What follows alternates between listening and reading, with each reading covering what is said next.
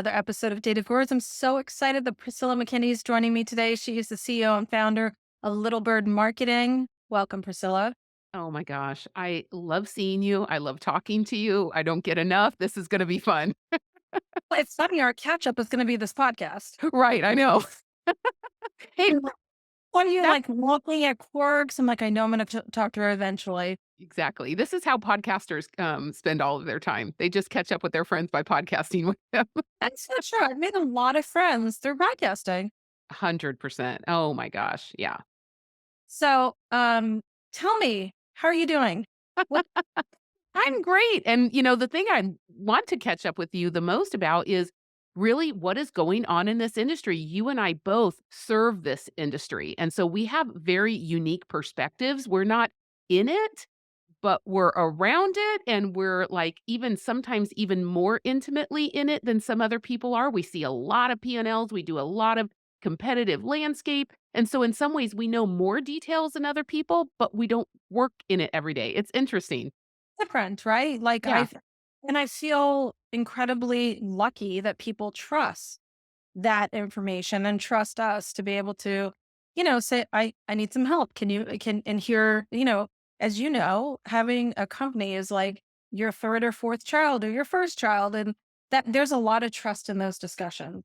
Absolutely. And, you and I both go to sleep at night worried about many companies, not just our own. So what are you seeing in the industry? Well, I think there's a lot of companies that I work for that were specialized. And based on that specialization, they may have had a downturn in, that piece of the economy. People who could pivot very quickly to really show their unique value proposition to other verticals and translate that as quickly as possible really have won. The other thing I really saw over this last year was the companies who really won were the ones who did not chase new logos, but went very deep with existing clients. And I think that was a big win. And the last thing I'll say, which I know you will be a big supporter of, and a hell yeah, as soon as I say it, that is just quit client churn. Well, well, the it's like there's good revenue and there's bad revenue. Yep. Focus on the good revenue, where to your point, you're going to be able to sell and grow into the account. So critically important. It's exhausting to chase after bad revenue. It's It really is. It really is, and it's just this fool's gold, and it not only does it not end up working in the end, but what I see happen is even in the chasing of it, it distracts yeah. so many teams. And 9 times out of 10, it's revenue that might not be in your core.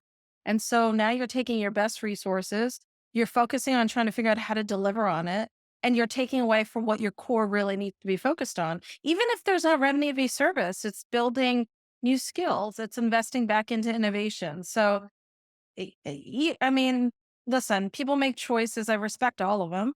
But sometimes it's really hard when you're so close and you're looking at it and like, do I not do this? And you and I have talked about this a lot, both as CEOs. We've Yes. we understand the fears. We understand how protective we are and how much we love that baby. Oh my gosh, it's so good looking. And we know that you can get too close to it, too paralyzed by fear. And that's why you and I both not only act as consultants, but we have consultants. Yes, exactly. You need people to pull you out of it a bit.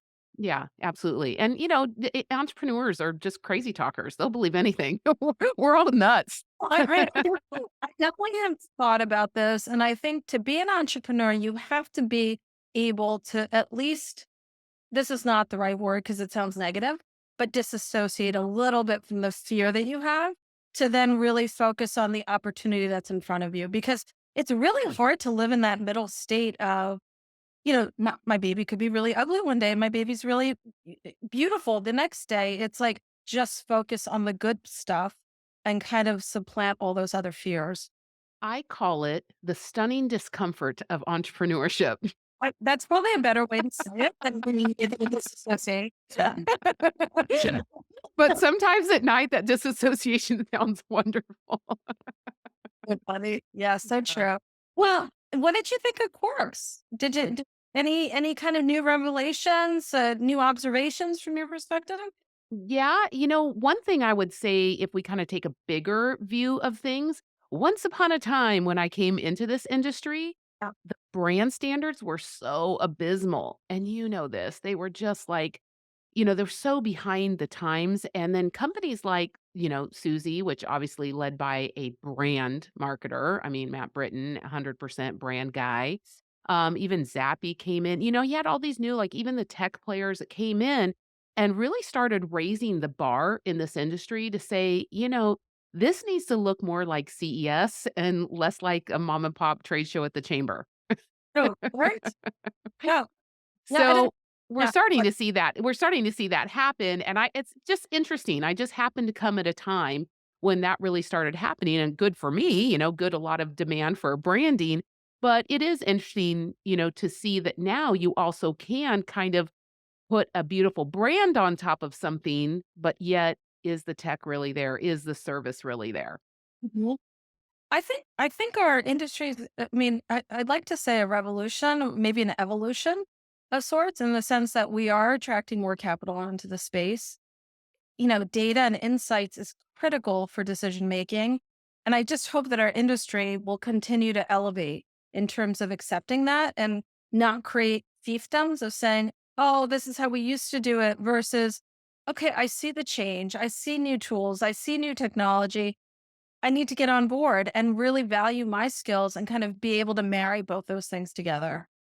I think it's that, and on top of that, it is the companies who really learn how to speak business speak and learn the financials. I mean, this absolutely plays to why I think you're so critical in this market and such a really important voice is that we need to be able to make our case to the revenue generators, the people who really are making only the decision based on revenue. If we don't know how to show that value and how it relates to the business goals, then I mean, this industry won't be worth anything. But you're right. I do see the constant evolution. And I love what you said about there. It's not saying, oh, this is the past, this is now. No, this is a natural evolution. We're going to grow with it. We're going to come back to the table. We're going to bring more value every time and we're all on this crazy journey with a massive change. And of course, I'm going to drop AI at whatever minute this is. But, Oh, it's it's this. not- I'm Wait. sorry. Am I canceled now? Okay. this this is the episode where Priscilla got canceled. But everybody's learning, changing, growing, and it's not just that, but that's also like a really easy way for people to see what's happening, that digital transformation being so pronounced with AI. But that digital transformation was happening in many other pockets and in many other ways. And so I love that. It's a natural progression that we need to move and flex with. Yeah, I totally agree. And listen, I think the people that embrace it, and again, this is not about drinking the Kool-Aid. It's about being rational and understanding use cases. I had a client who asked me, I have all this proprietary data. How do I monetize it? And I first said, like, wait, let's understand the value of what you have before you start selling it somewhere else, because data is the new fuel in many ways as it relates to differentiation. Proprietary data, that is, you if you own it, it's a fuel that can really create some competitive advantages if you leverage it and position it appropriately. Mhm. I think that idea that you're coming at is kind of from that phrase, like, "Is data the new oil?" Kind of that concept, and really unpacking that a little further, kind of to allude back to what I talked about at the beginning, is that new tech comes into the space and helps us to be able to find and refine, what we have because, oil in its crude state's really not much. Yeah. And it needs to become something, and this is the value of the existing flexible, newly upskilling researcher to be able to get a place at the table and say, "Not only can I tell you what this data is saying, but I know where to find it right now while it's still relevant and you're asking me the question." I'm like real time, always on kind of, I need the answer immediately. I Mhm, agree with you. Are yeah. you seeing the younger generation a little different than, let's say, people that I'll call them veterans. Uh, Is that what we are? we are. Are you seeing differences in how they approach, data and research? Huh, Or- I would say, I might could guess about that, but I don't know that I really have a line of sight on that, because the one thing that I don't see in our ecosystem is the inner workings of how the researchers behave together. Yeah, that's true. That's I'm true. missing that little link. I think that's an interesting thing. I could posit based on, you and I are really big in women in research, and that's our posse. And we talk with those people, we mentor and that. And honestly, we keep getting mentored, there. And so I do see some differences, maybe with how they approach their careers, which might translate into how they do things differently. But I don't know that I have really something valuable to say about that. What are you seeing? I think that the newer generation immediately looks for solutions that are tech enabled. They don't well, just because that's how it's done. I have a new solution. Like I was on a call earlier today with somebody from Potluck and Dimitri. And I'm gonna mess up his last name, but anyway, he was showing me his computer screen, and 2 seconds he was like pulling up stuff, and it's like it was natural. It wasn't like this is the answer. This is how you do it. And I think there's no reason to like put 5 other steps in front of it. Do you know what I mean? Yeah, yeah, It's a yeah, whole, for sure. it- It's he's, like, I liken it to, I'll complain about something to my husband and he's like, "Well, can't you fix that by doing this and this and that?" I've spent 2 years complaining about it. Please don't fix it in 30 seconds. Like, that's just gonna make me mad now. But, what you're alluding to there is, one thing I do know a lot about is the idea of digitally transforming teams. And so my little sliver of expertise is how to digitally transform teams on social media. And then my other podcast, Digital Transformation Success, I have people come in and talk about how did they digitally transform teams in these other slivers of excellence. Like the digital transformation is such a massive topic, right? And so I do think what you're saying there is that they are quicker to say, surely there is an easier way. Whereas we like to fill out the form in triplicate. I mean, I'm guilty of it. Sometimes I'm like, oh no, I just gotta delete these emails 18 times a day. And they're like, oh no, AI sorts that for me. I'm like, good God. You gotta learn from them. You've gotta listen. 100%, 100%. I think I mean, honestly, I'm thankful for people who come into this industry and, this concept. I do believe you can learn from anybody. It's not like somebody always has something to share that you can learn from and vice versa. Mhm. What's interesting that I've seen about LinkedIn and teaching people to become social influencers in the B2B space specifically. I mean, look, I'm not trying to make anybody a Kardashian, not interested. Don't want to sell lipstick. We don't sell $20 widgets. We sell, 250,000, $500,000 propositions. You have to be an influencer. You have to be a thought leader. We know that, but the Gartner reports, now CB, they, came out with people want 98% of B2B buyers want to work with the known expert in the field. Now, when we say known, that just really means the touted expert. It's the most visible expert. And just to tell on myself, I go to market research conferences. I'm very well known in that industry. Frankly, I could be the worst marketer, but I'm only like one of three who shows up. So I just got to be the best out of three. You know, Funny, yeah. yeah, so it's about visibility, and I do think that, the younger generation in general has this a little bit better done, but I will tell you, there are a lot of veterans or seasoned people, however we wanna put it, who honestly, they get that beautiful relationship stuff, and they have been able to move it to digital, and they kill it. I do think, and you write this in your book, it's like the importance of a relationship is so critical, and it doesn't happen overnight. Like it's not like, okay, on paper, this looks like it would be a good relationship. But then there's the chemistry, the trust, and truly collaborating and trying to figure out what could this look like. And I don't think you can ever expedite that from a time perspective.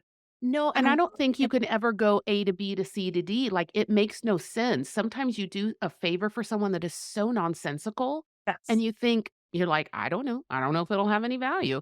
And Right. my husband and I joke around about this a lot about, he'll ask me something what I was doing today, and I'm like, "I'm probably doing that thing that I think is, total idiotic work, and it results in, a $350,000 contract 6 months from now." Like, the weird thing. And I will tell you this, I would say quirks, okay, I'm gonna tell on myself again. This is a total, confessional. So, of course, I went to the small business collaboration, they had a happy hour, kind of thing, and then I went right to the wire happy hour, and then I went right to the research club, which we all know is a lot of drinks. Or as my husband says, social lubricant, that's what it is. Uh, Yeah. so, I mean, we're, kind of winding down kind of like at 2 a.m. I think I got back to my hotel at, 5 a.m. I'm totally telling on myself now, okay.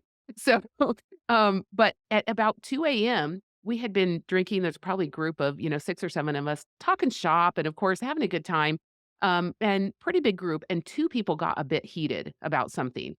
And, I'd like to say I remember exactly what they got heated about, but I don't. Sorry, I'm really ruining your podcast, but there is a point here. And I just very quickly, in that relationship, I'm like, "No, I just dialed it all back down, brought us all back together." And it's just that EQ, and it's just that, being with people and having the value, the long-term value of the whole group in your muscle memory. Yeah. So much that when someone has been handing you champagne all night, you still can do it, right? And it's interesting, someone called me, the next day and asked if I was gonna be in town and stay in town on Friday. I said, "Yeah, I am." And said, "Well, let's have lunch." And immediately he said, "Hey, you know what? I want you on my team, and here's why. You diffused an entire situation. I couldn't believe what you did in that moment. I don't think I could have done that, and it brought something back to the value of market research." And I'm like, wow, okay, I did that at 2 AM, you Yeah. know? But that is what I mean by some of these weird relationships, and so people say, "Oh, well, why should I go to the research club? I don't know how that's gonna bring me business." I don't either, but No. I go. You play the long game. Play the long game.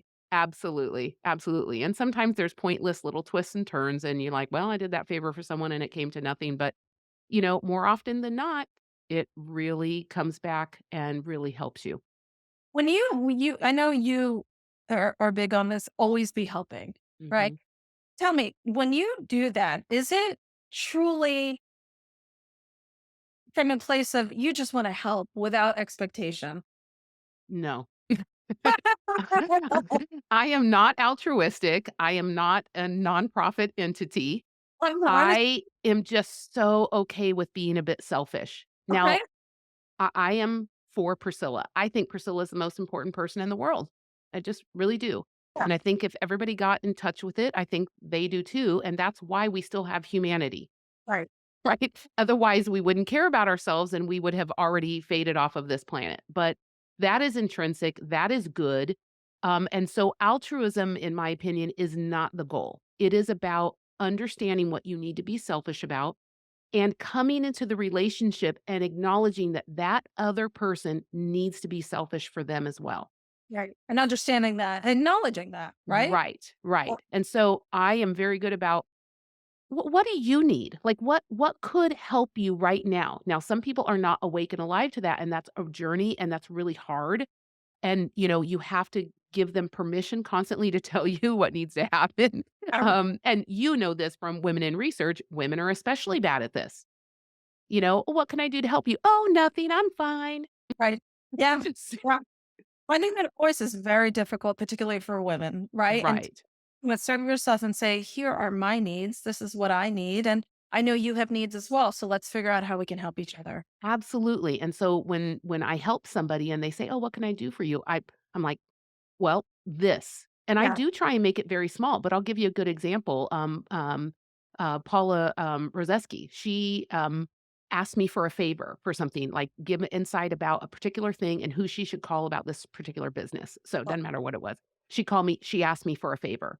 I really gave her valuable half an hour. I made like 4 connections for her because she came on the call and she knew what she wanted. And she had paid it forward to me just from showing up for different things. So this was somebody not out of left field, Right. and then said that. And at the end, she said, "What can I do for you?" And I said, "I really, really, really need you to review my book on Amazon." And she goes, "Done."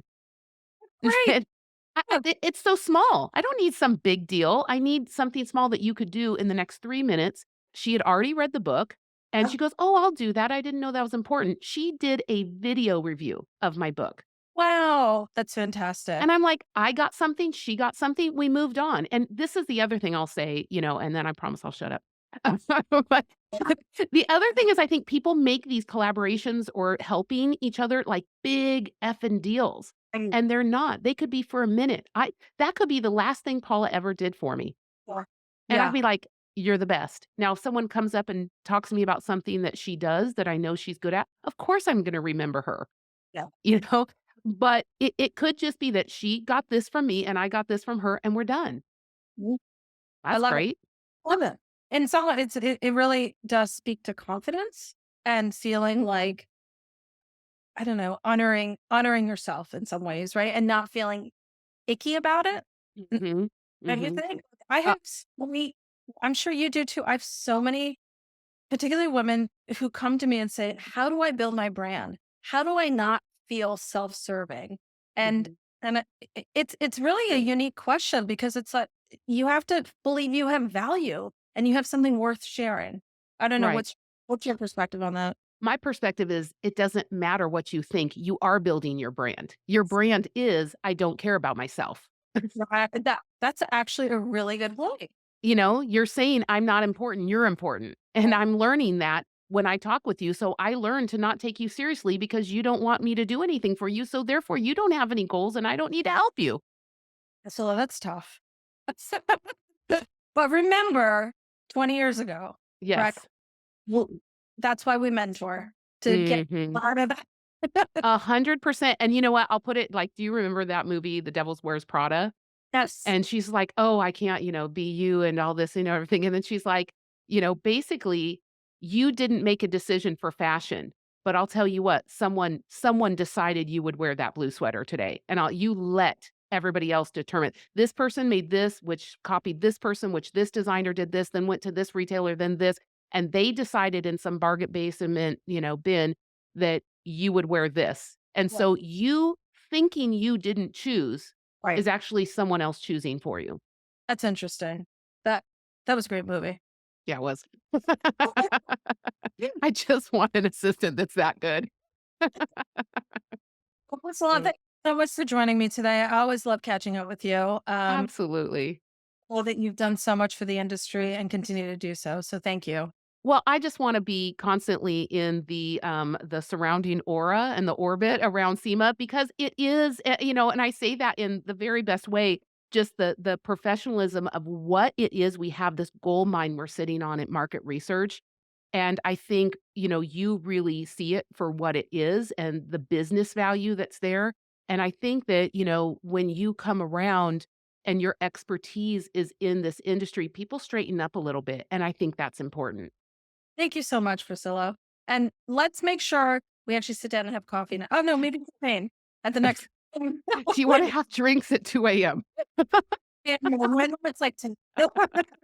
I love it. Thanks, Seema. Take care. Thank you.